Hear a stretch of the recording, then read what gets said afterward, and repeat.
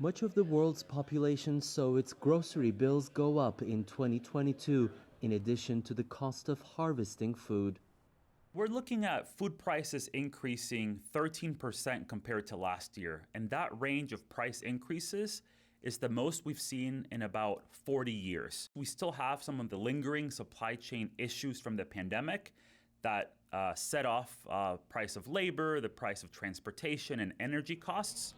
Both the coronavirus pandemic and the Russian-Ukraine conflict led to a ripple effect on the rest of the world in the form of supply chain issues and rising energy costs.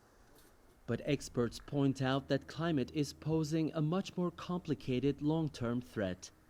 Climate change and drought, not necessarily the same thing, but linked for sure, they're going to have consequential action on the ways in which the landscape produces our food. There's no question. It's already happened.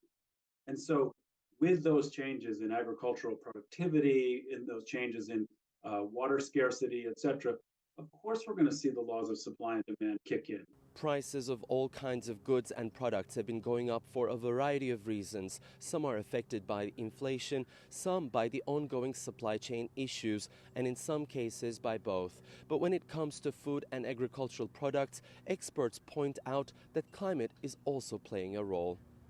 Economists at the IMF say a single % decrease in global harvests raises food commodity prices by 8.5%.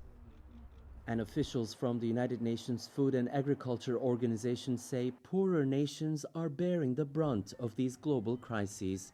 As a result of the high prices, the global food import bill is projected to reach a record high level of $2 trillion.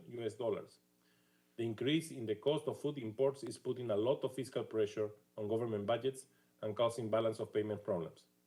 And high food prices and the overall cost of living crisis have serious implications on food security and nutrition, particularly for the vulnerable countries and populations who spend a large share of their income on food.